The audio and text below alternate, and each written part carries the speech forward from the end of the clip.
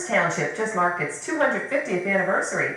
And since May is Historic Preservation Month, we met up with one group of volunteers committed to saving the past with an eye toward the future.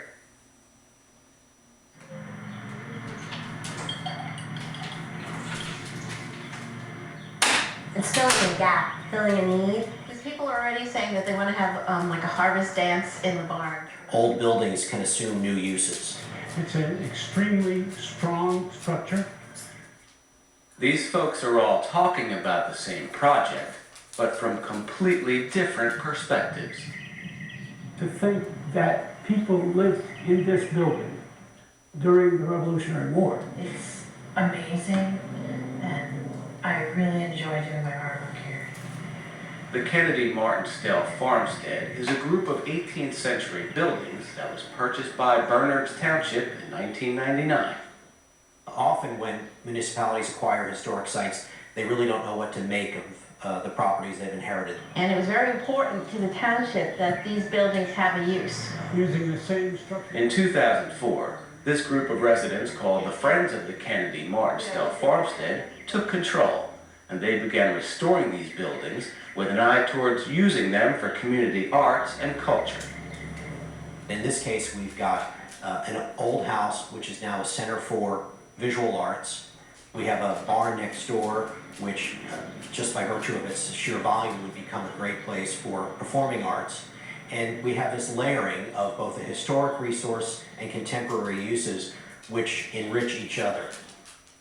But perhaps the story here is how two factions of the community could come together and not only begin restoring these buildings, but themselves as well.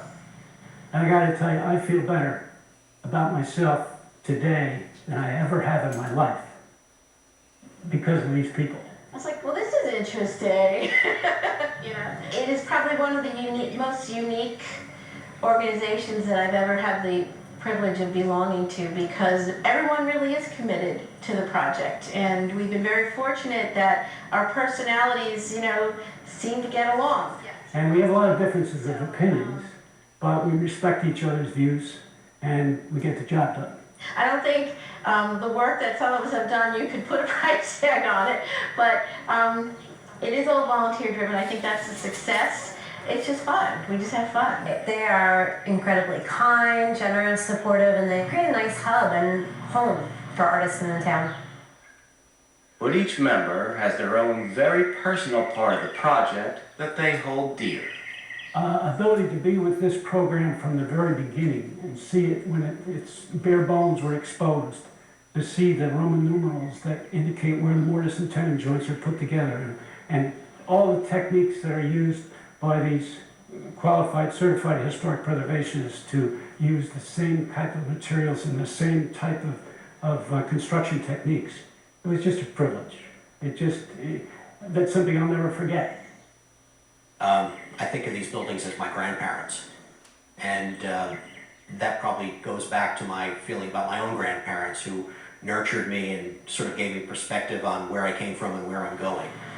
I think it's the natural beauty of the site. That's what drives us all. And when you come down the lane, it's like you're leaving the 21st century behind, and it's, you know, the 1800s again. It's really nice to be able to just go around the corner and then be at a farmhouse to paint this beautiful barn and grounds, catch the nice breeze, be by the river. It's kind of a painter's dream. This place is going to be here for a long time. A lot longer than I'm going to be here, and probably longer than any of us. And it's nice to think that a town that we value highly is going to have something that we helped to create. But there is a community, a vital community that's growing right here. And we'd like people to come and view it, or more importantly, to participate in it.